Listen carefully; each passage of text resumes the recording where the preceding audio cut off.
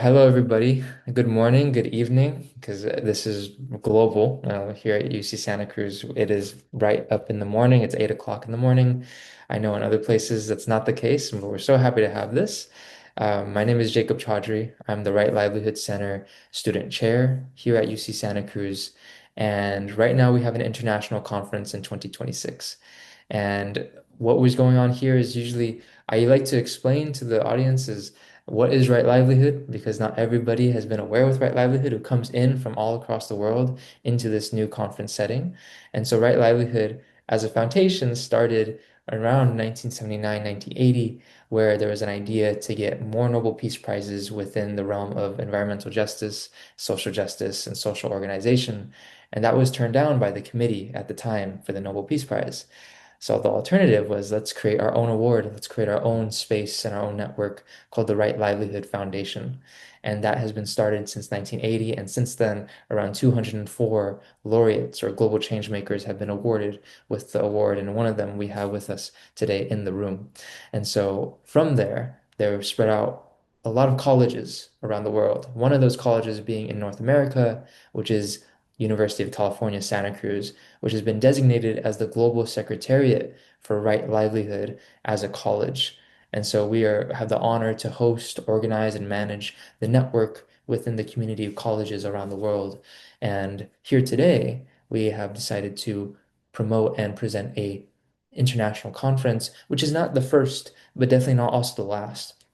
And so here today we have a beautiful session going to be on transformative change with Alsanosi Adam, the laureate for 2025 with the Sudanese emergency response rooms. And to explain more of that, I'll pass it over to Sama. Thank you, Jacob. Appreciate it. My name is Samah. I'm part of the education team at the Right Livelihood office in Stockholm. In this session, we will explore the concept of transformative change, what it means, how it happens, and why it matters in context of crisis, inequality, and systematic challenges. Rather than focusing only on the increment of improvements, today's discussion will invite us to think more in a deeper level about kinds and of shifts that reshape the systems, the power relations, and the societal structure over the long term. We are especially pleased to have Alsanosi Adam with us, who will help us ground these ideas in practice and lived experience. El-Sanusi Adam is a key communicator and external communication officer for Sudan's emergency response rooms, a grassroots volunteer network that received the Right Livelihood Award 2025. Sanusi Adam advocates for community-led aid in Sudan, highlights how local volunteers, which is referred to as Nafir, provide life-saving food, medical care, and evacuations despite amused risks from warning factions. In personal note, I got the opportunity to meet El Sanusi in person last year. He's an organic leader, an experienced organizer, and inspirational leader who loves and cares a lot for his people and his community, and always sees an opportunity to create a positive change in the society. I would like to start this session by actually sharing a moment from the award presentation when we had the Sanusi last year in Stockholm. So if you just give me a second. Please welcome Alsanosi Adam, who's representing Emergency Response Rooms from Sudan.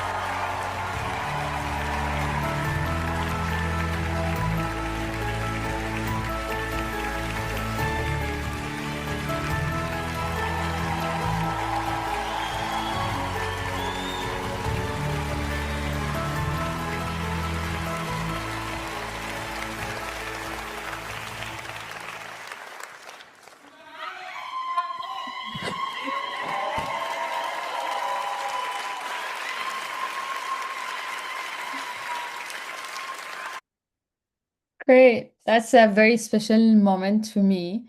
It's so nice to see a lot of Sudanese leader, but especially among the crisis that Sudan is going through.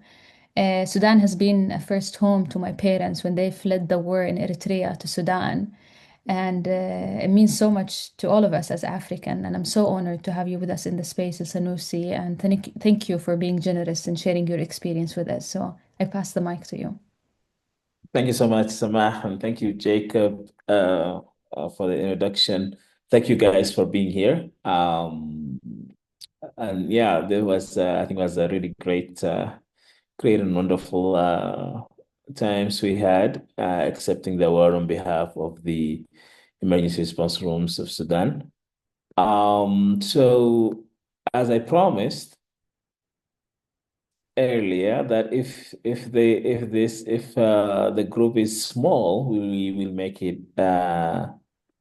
Yeah. And then interactive. share screen again. It will.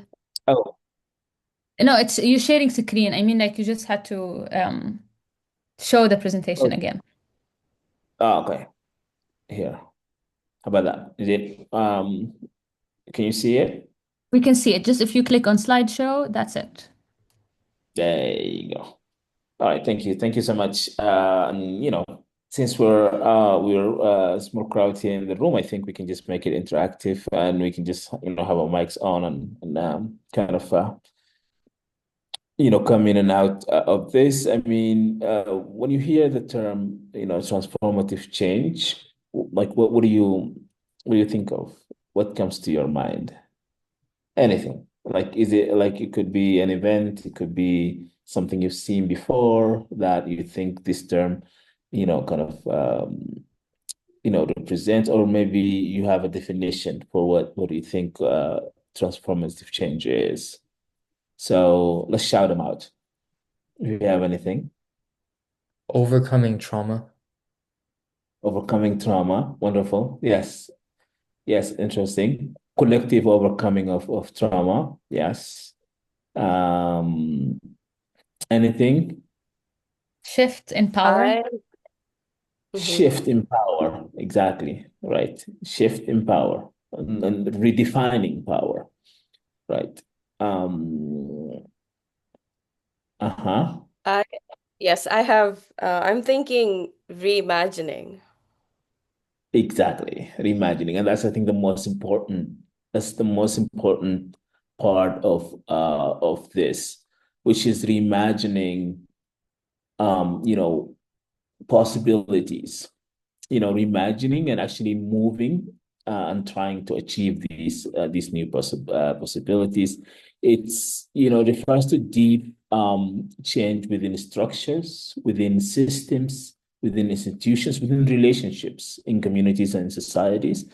You know, and there's a lot of usually there's a lot of mix between transformative change and reforming systems and all that, and we can get to this as we go deeper, but I think it's exactly what you guys are thinking about. And the core question here when we talk about transformative change is, how do societies move from crisis or oppressions towards justice, resilience, and an inclusive progress.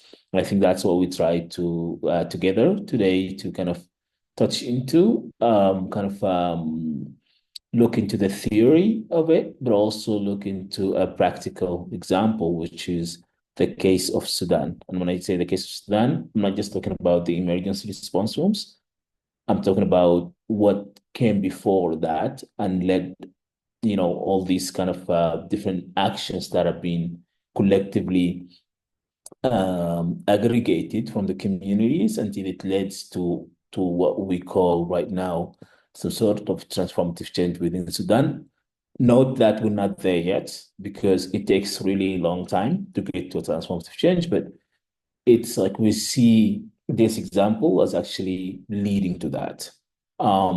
So I think, and you all touch on this when we talked about transformative changes, like, systematic change in structures, change in, initiatives, change within institutions. It's also relational, as you said, Samah, like change in power dynamic and change in participation. cultural changes, changing the narrative, the values, the norms, whatever we grew up like understanding as the norms, questioning that and changing it to our reality, to what reality we think of, and what norms we think of. Sustainable also produces long-term effects. And we will talk later also when we come to the present comparison between reform and transformative change. You can see that the reforms are usually short terms, and the transformative change are sustainable and long term effect, adaptive, responsive. To the kind of taking into consideration the complexity of certain situations like Sudan, for example, very complex situation, whether it's political, religious, ethnic complexities, and also, kind of just the practices within the country are also, there's a lot of complexity there, and also the uncertainty, kind of like adapt, learn, and from whatever kind of uncertainty out there. So as I was talking about the differences between transformative and reform, and that's usually there's a lot of mix. There's a lot of mix in the two terms. Reform improves current systems. Like we have a system, we like it. We think there's few tweaks need to be, done, and then we kind of improve that system. When it comes to transformative, it's reimagining systems. It's like creating systems out of new systems, not falling into the norms or the current systems that we have. Reform is usually technical fixes, and the transformative is usually political, social, power dynamic, and moving on. And as we said, reform is usually short-term gains, but transformative change is usually long-form restructuring. Right. So let's now, I mean, we don't have to go through the theories, but there is like the system theories. There's like a couple of academic actually talked about transformative change. And the one that I really like the most is the social movement theory, which talks about the collective action, organization, and framing narratives drives political transformation. And I think that's what we're trying to kind of tackle and talk about within this next 25 minutes, and marrying that with the experience that we have in Sudan. So Sudan have been going through, a lot of instability since the independence in 1964. Sorry, 1960, 56. And that the issue was there is a lot of instability because it's usually there was an elite groups that kind of picked up the torch after the British colonization, and then they kept circulating powers within them. And then when they disagree, it's usually the military will step in and kind of take the power, and that became the cycle. And then usually these power shifts are very either violent, creates wars here or there. Hence the 21 year war of between Sudan and South Sudan that resulted in the independence of South Sudan, so secession. So Sudan was the whole Sudan from Egypt all the way to Uganda, and now you have South Sudan as a new country formed recently, 2011. So it's just this recurrence and the 30-year dictatorship that the Sudanese been through. It kind of created some collective awareness that this is going on and that we need to change it. So a lot of youth, political parties, movements started since the independence of South Sudan, the secession 2011. There was the Krishna movement started after that, and it has a collective of different people from different backgrounds, different religions, different political parties, but there was that sense of shared awareness that, well, this is bad, we need to change it. And then it kind of continued from there, from Grifna to Abena to, the 2023 revolution. That I think when that revolution started, 200 people died. Like the people who died in that revolution more than the people who died in the 2018 revolution. And that created the change we've seen now. But there was some sort of sequencing and building towards the 2018 revolution. So when the awareness happens, there's usually within this theory of transformative change, there's some sense of agency that people would start to believe that actually change is possible, that we could actually do it. They look at the numbers, they look at the momentum, they look at, and that's what happened. People believe that actually change was possible since 2013.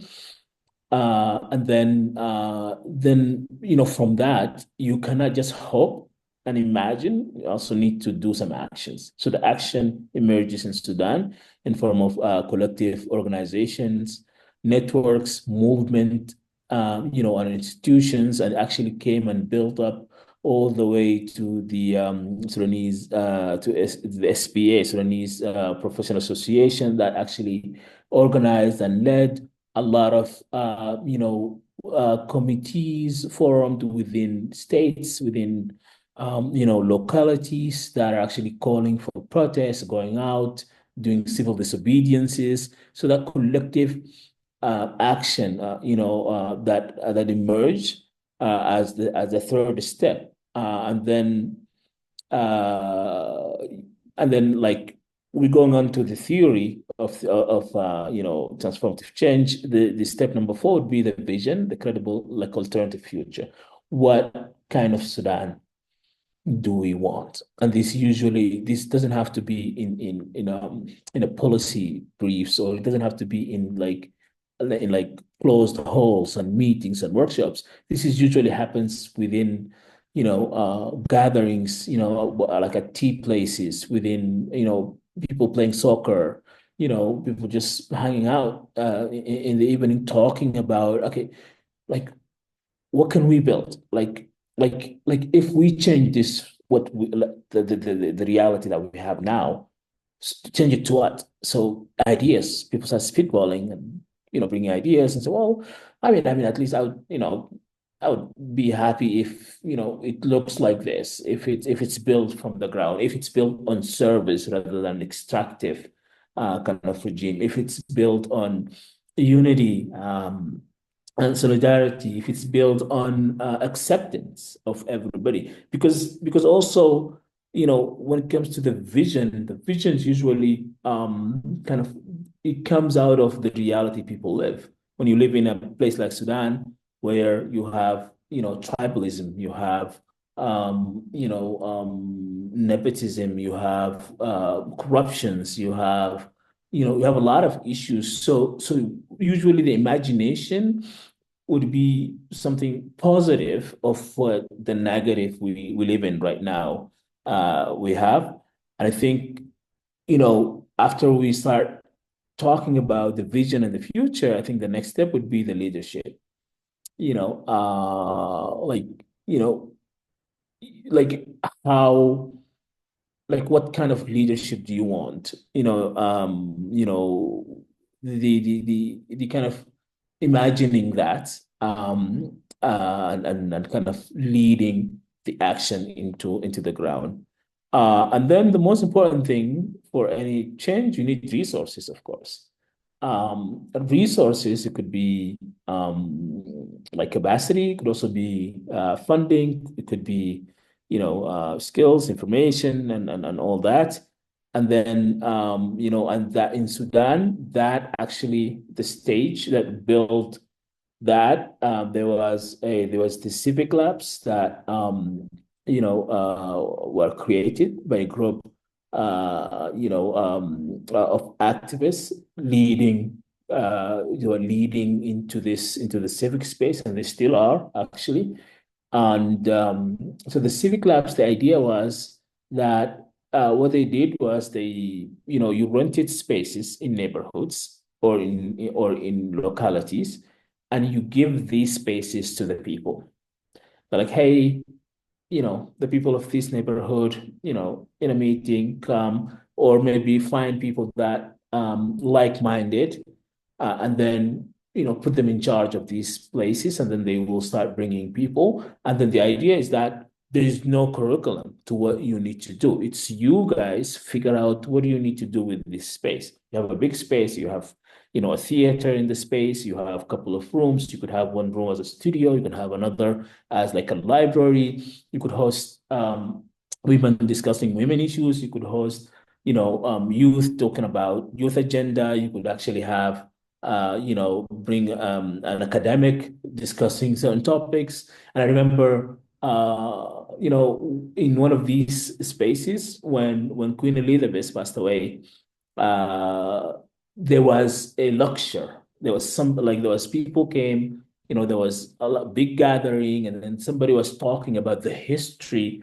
of the UK, Queen Elizabeth, and all that, because there was mixed feelings in Sudan, like how people didn't know how to feel. Like in the one hand, it's a person died, right? So you feel sad. In the other hand, it's a monarch that colonized the country and a lot of other countries, la la la. So it's just like talking and discussing topics like that, talking and discussing topics of, you know, um, civic engagement, civic education, and all that in these spaces. And to this day, we actually meet people who will actually, when they kind of introduce themselves, they say, "Well, I'm a graduate of the civic lab of this state or of this neighborhood," and who are actually now active in the civic space in Sudan. So, that's kind of when it comes to the resources. And then the seventh step would be the opportunity. So the opportunity, like 2013, there was everybody fed up. People were in streets in really large numbers. 200 people died. But when I think of that, so for a revolution to succeed, for a transformative change to happen, certain pillars need to align to actually make that happen.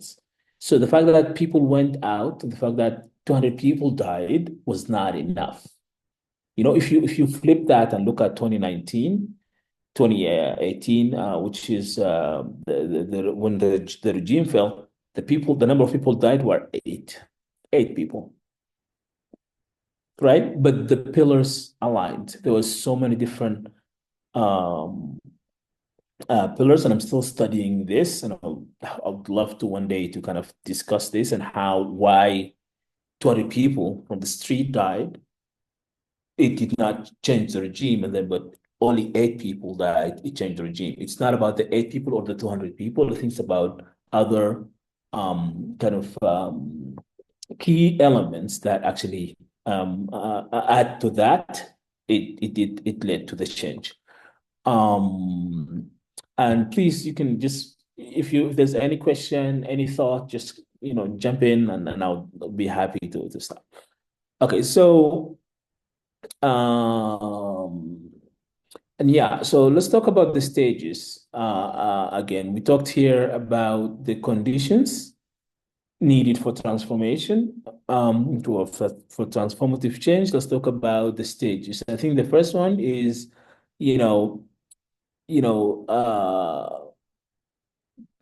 identifying the problems, because one of the biggest issues usually, everybody wants change, everybody needs change, but if you don't know what do you want to change, it will be hard for you to get the change. So identifying what are the problems that actually need change. It doesn't matter if they're big or small. It doesn't matter if you can do them now or not. They need to be known. They need to be identified so you can move on to the next stage, which is mobilizing, through, organizations or organize, these movements, the communities, the unions, the networks, because every transformation starts with a few. And then you have to work your way to a mass that actually believes it doesn't have to be united, but it could be just a coalition that they believe that, okay, well, on these we agree, like we agree this need to change, and that's the mobilization stage. And then the third stage will be the experimentation of new models. And this, I'm going to link it with the idea of the emergency response rooms and how did that happen, right? The war started. First week on the war, first thing that happens, organizations left. So organizations are usually, emergency organizations. So like you expect from them to operate in an emergency, but the situation was too dire for even emergency organizations to stay. So they left. So communities, I mean, there's a problem here. Identify the problem. It was, most people live below the poverty line that we know in a normal situation. So when war happened, that means, the first week, nobody has like a savings account or a stash of food in the house. People go in, in the morning to work and come in the evening with the food for the next day. So weekend was safe to assume that people do not have any food anymore. So there's a problem. There's a problem that people need to eat. So, member, few people from the community thought, okay, let's maybe, start gathering from the neighborhood. We know who's rich. We know who, because we have people who have something we know that they have. So we ask them to bring some, and then for those who don't have, to come and actually share a meal. Just like similar to closer to the breakfast program that was happening in Auckland. You guys are from Santa Cruz, that's close enough, um, you know, um, analogy. So that's the problem was identified, a mobilization started. It was not big, it's really small, one neighborhood, and then people come within the neighborhood, and then they bring the food, those who don't have, they'll come, and then from there ideas started to emerge. People are like, oh, I mean, how about we do this and how about we do that? How about we can, instead of, bringing, this and these food items, we get these and these food items to get it could last us longer. Oh, how about, well, the kids are here, they're playing, there's no school. How can we get put them in a class and then try to bring them some, pencils and papers to draw. And then from that, the alternative education program kind of emerged and started. And then now other neighborhoods heard of the idea, and it's not new. It's not new. This idea of Nafir, collective work, it's not new to Sudanese people. Oh, we can do that also. And then neighborhoods started to actually organize and create, these units. Then, before you know it, there is 73 emergency response rooms in one state, which is Khartoum. So there was now the need to organize. So which is now coming to step 4, which is institutionalizing or organizing. Let's just say organizing. And here is kind of, the practices that worked, that tried and worked, became policies, right?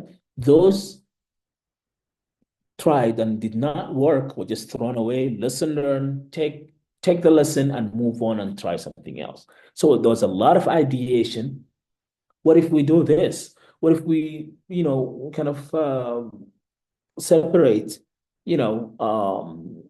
the executives and the working, committees from the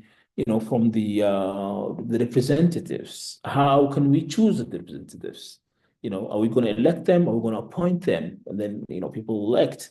And how are we going to choose the working groups? And that was okay. Well, maybe by merit. If you're good at communication, you go to communication. If you're good at, if you're a doctor, you go to the medical office. If you're, you could be, good at writing and stuff. You go to reporting. So it's by merit. So policies came out from, and SOPs came out from practices that's been tried out on the ground that worked. Then now, a structure was actually built and emerged that holds, the experience together, a structure that have checks and balances, kind of be governed by, accountability, transparency, and, participation and participatory.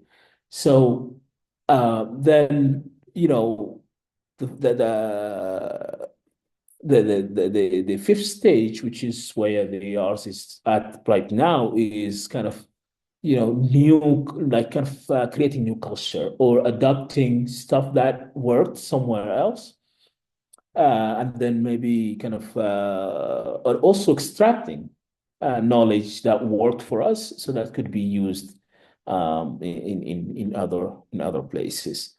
Um, well, if Alsanosi, there's I have something yeah, to go comment ahead. on here. Um, Shoot. you know, coming from United States and seeing a lot of social media coverage of Sudan, and not in probably the best light.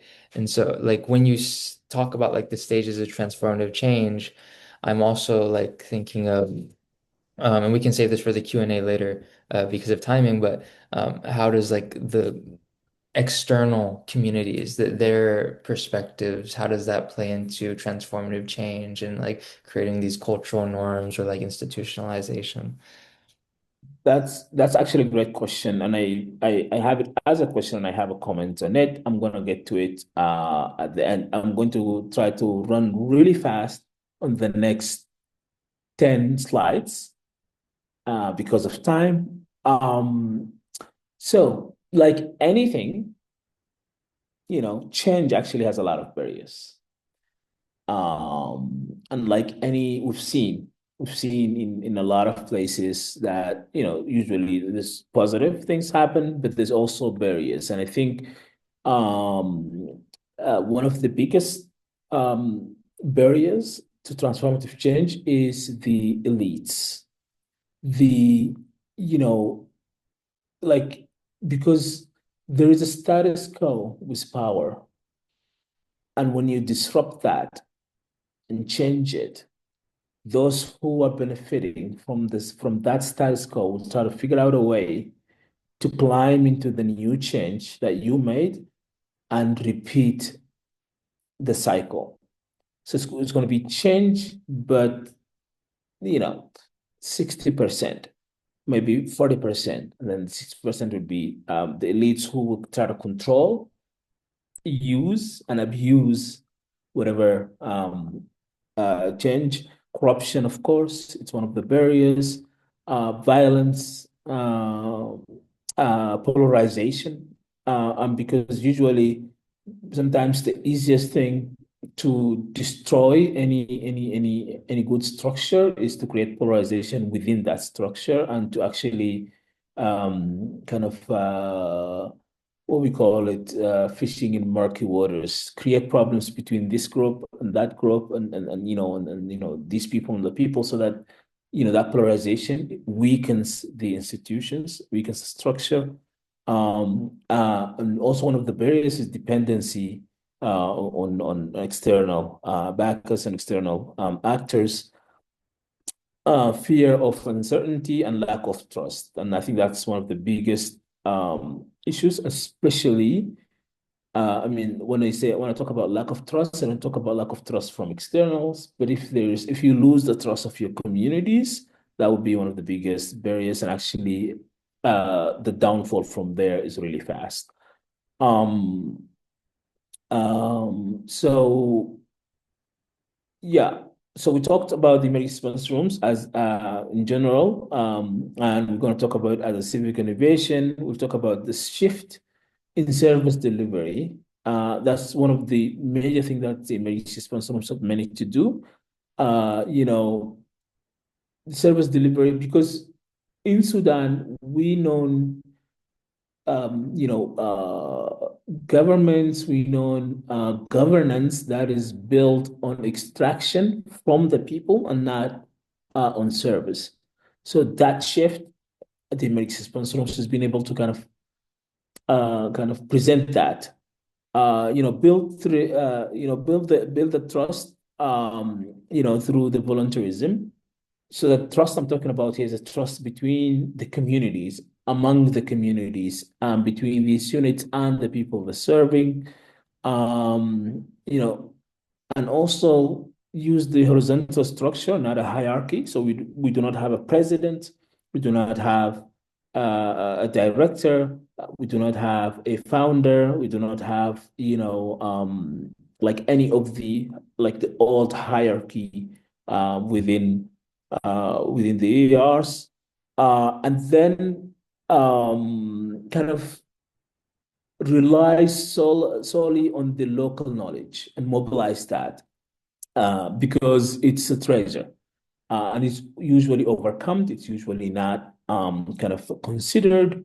So, highlighting that, and refine citizenships and participation, not as passive dependence. Organizations usually, look at people as beneficiaries. So that term, we don't have that term within ERs. We don't have a beneficiary. You're actually part of the aid you're receiving. You're actually working. You're actually helping. If you're cooking the food or distributing it, or like part of the team who went and brought it, or part of the team who wrote the proposal, or part of the team who actually accounted for it, and or part of the team who actually communicated the gap and the issue. You're all part of it. There's no beneficiaries. um so we go to the lesson learned. And number one, of course, communities are the architects of their own survival, but not victims.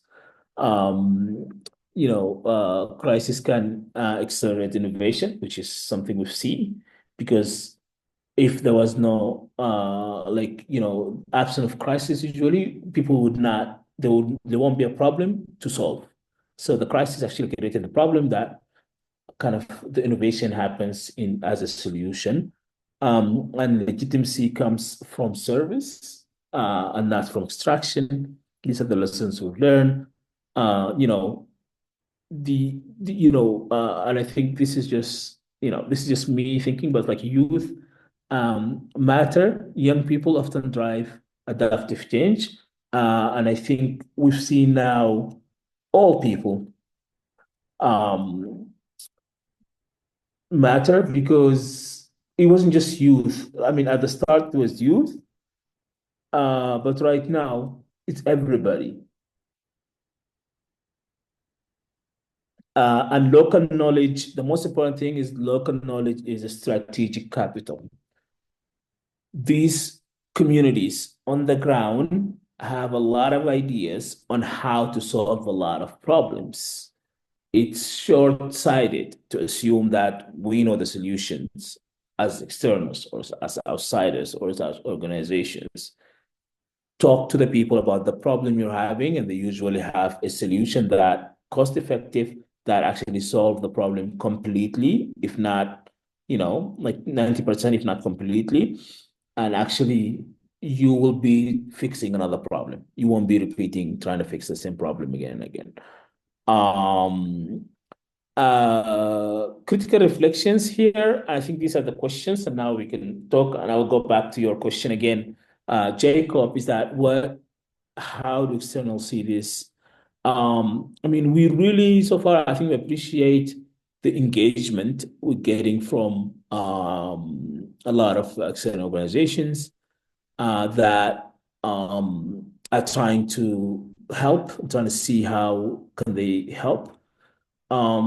It's usually when there's something like this happening, it's really important that to do no harm, not an A term, but to do no harm to this form of leadership, to this form of innovation in the civic space, because there's certain issues that led to this. And if you're insisting on ways to support, on ready programs to impose, on locked allocations in certain sectors and all that, you're harming, because now these units in the ground, they will of course they need the support, so they will shift and change the way they do things that worked into the old way of doing things, and that usually creates imbalances on the ground, on the journey itself. So yeah, I think what we need, I think, is that respect of these structures, not undermining these structures. Of course, learning from these structures, but also unlearning old ways of doing things, so that you could effectively support and help. So these are the reflections, for us here, I think, and it's like I kind of put them in terms of questions, like, I think, who defines transformation, or transformation, yes, and who benefits from transformation, who loses, when transformation happens. Can grassroots models scale without losing the value? And that's would happen usually, I think, and as I mentioned earlier, if structures are respected, SOPs are respected, the way things are being done on the ground are actually being strengthened, supported, and not undermined. And how do movement survive repression? So these are like my kind of reflection questions for you guys. I'm happy to actually exchange and hear from you. And yeah, take it from there. Thank you, Samah, and thank you, Jacob. Love it. Thank you so much. I also want to open the floor to anyone who would like to share any thoughts, comments, questions, or curiosity that you would like to know more about. I am so glad I'm here because this has been so educational and valuable, because this is also kind of related to my research as well. So thank you so much. I have a few questions. Actually, I have many questions, but I'm just curious about the everyday incidents that you see that or has happened in your communities, especially when you mentioned about awareness. And I was just wondering because in psychology, there's this term of like system justifying ideology. So I'm wondering if you had to encounter any people within communities who had these system justifying beliefs, and also the idea of fatalism. I don't know how prevalent that is in Sudan, but there's also this, fatalistic belief that this is the way it's supposed to be. There's nothing that we can't change. So I'm curious if you had people like that, and then how did you convince them or change them if they were resistant? I know it takes a lot of years to build that movement. It just starts from a few people and then it has to build. And so I'm curious about that, if you had encountered those kind of Yeah, things. absolutely. I think that's something usually it's like it's overlooked, but thank you for actually asking the question. I think when you're trying to do change, you're often battling inside your own house. Yes. And I'm talking about your own house, like with your either siblings or mother or father. And I'm sure a lot of us within in Sudan had to sit at dinners where you're explaining what the hell you're doing to your father or your uncle, and they actually don't get it, and they tell Yeah. you this is you're wasting your time. They tell you this could never happen, Mhm. and this is just riots, and this is just and all that. And I think so. There's something here that actually worth studying, and I think one of the issues that I could kind of and I don't have any data for this, but I think the system justifiers either one benefiting from the system, Yes. two, scared of the state of no system, because that transition in between the old and the new, you go through ideation, you go through, you know, you're trying to test something, it may not work, it might work. And we've seen it in Sudan, in the case of Sudan. I mean, after the revolution, the Bashir regime fall down, and then the transitional government, I mean, the dollar rate was when Bashir fell, the dollar rate was about, I think, 37 pounds to $1, and then in a couple of months it went all the way to 1,070 something, right? And and and that is scary for some people. The uncertainty is scary for some people. I said either benefiting or uncertain, or actually they lived so long under a system, it's become physically hard for them to imagine a new system. And I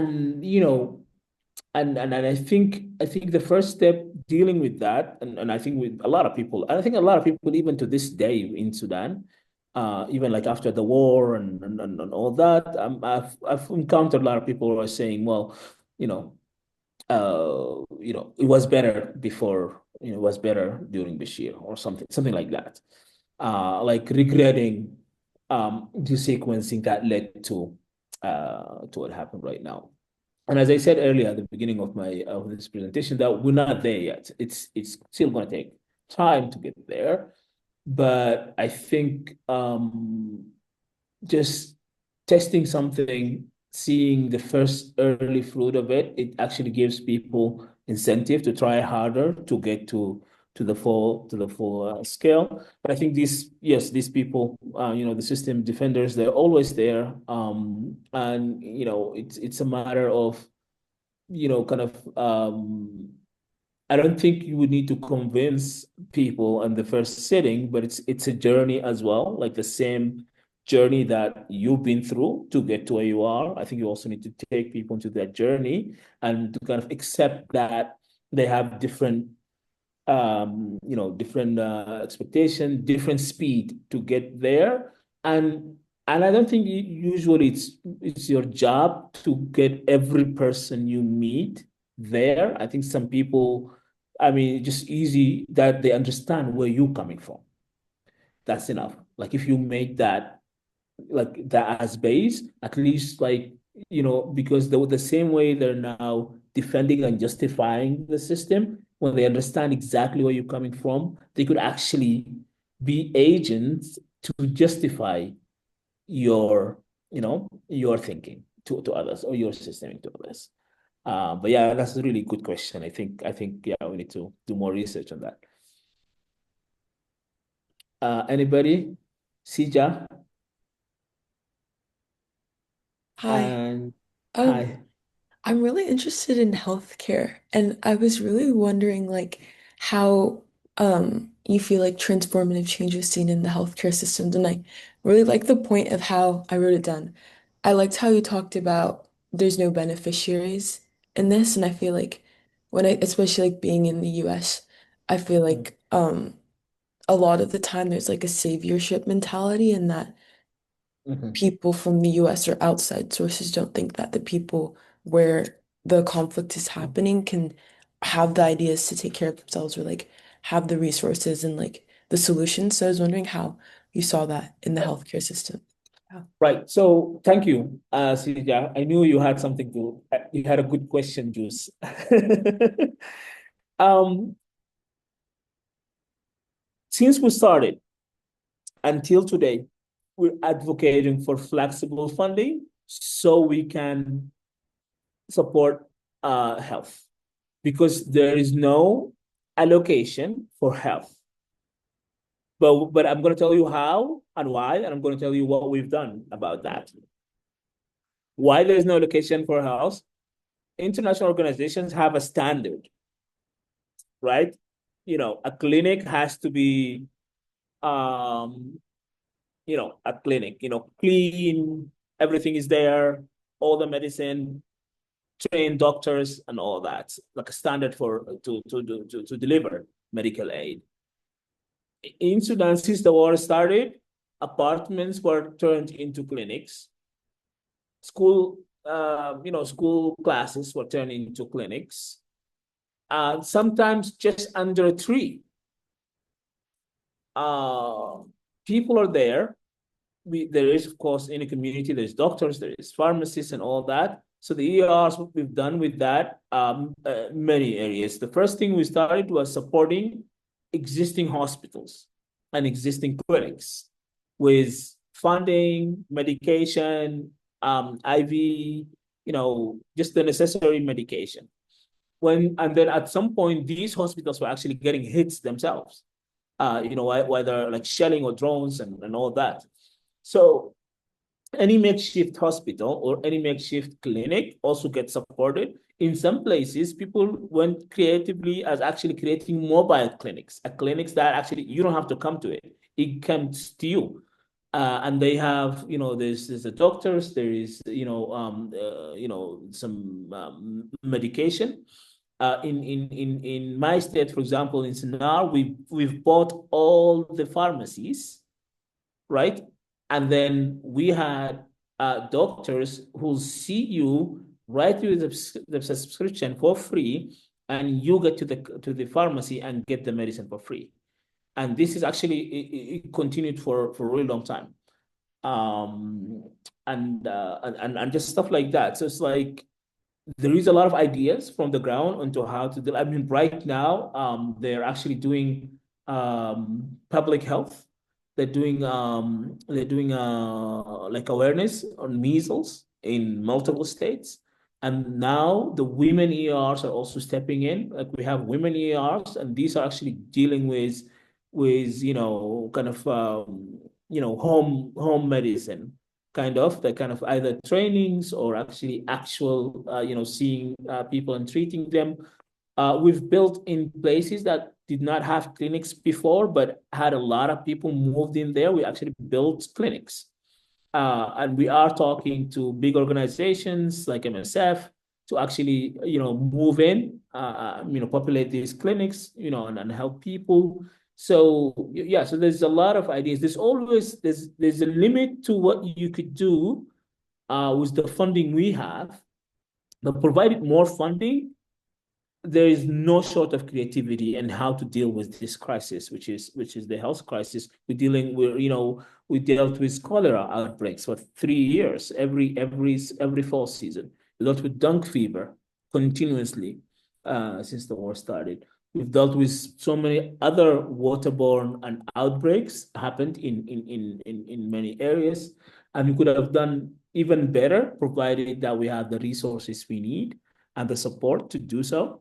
But it's still, these are evidence aggregated from the ground that people can actually do this, and this is the evidence. And I think now it's a matter of moving towards that step and empowering the people to do so. Thank you, Sita. Glenn, if you have any question. If there's, yeah, go ahead. Oh, for sure. really just thankful for the slideshows that you presented and all the information that you had there. From what I can tell, there's a lot of innovative leadership at play. And so my question for you is like, what is the truest form of leadership and what values inform leadership on the ground? Again, just really respect the grassroots organizing that's happening and how um like you're uplifting grassroots movements. So yeah, I'm just curious to hear about a little bit of those principles. Thank you, Glenn. I did not get the first part. So the leadership. Yes. Final question would be like, what is your truest form of leadership? What does that look like? Um, so traditional definition of leadership is, it's in the name. A leader leads people. And there's a lot of problems with that. It could work for some communities, but also it's susceptible to co-option and corruption.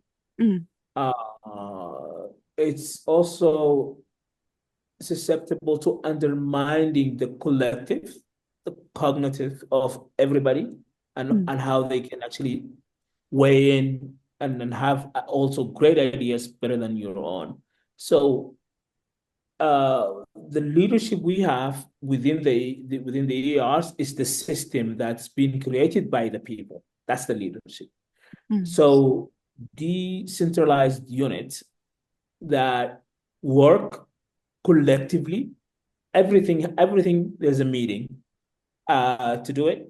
And a meeting could be 3 minutes and it could be 6 hours, depending on the topic, the people, but nobody does it on its own. Nobody decides on their own that this is what we need to do. You know, for example, in some area where the intervention was uh, communal kitchen, then because of the shelling and the drones, the community said, well, we can't every time gather to eat. It's dangerous.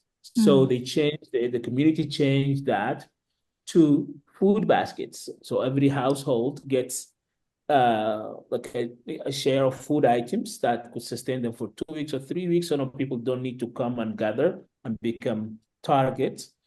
Then they change it also to, well, how about some of this support, we turn it into seeds to start cultivating our own grains so we can have we also produce. It's almost it's autumn. Let's start doing that. So they decide, and then it just organically happens.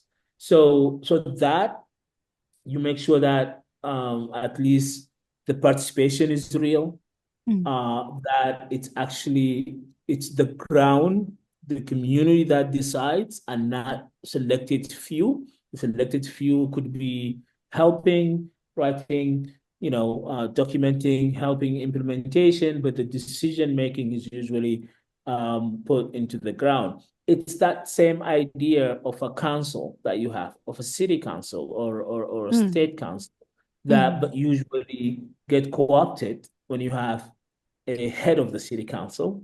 So it's collective, but you still put a head on it. So you kind of mix the communal decision making, and then when you put an hierarchy, it's easy to be co-opted. It's easy to be kind of led and that way, but not from the collective.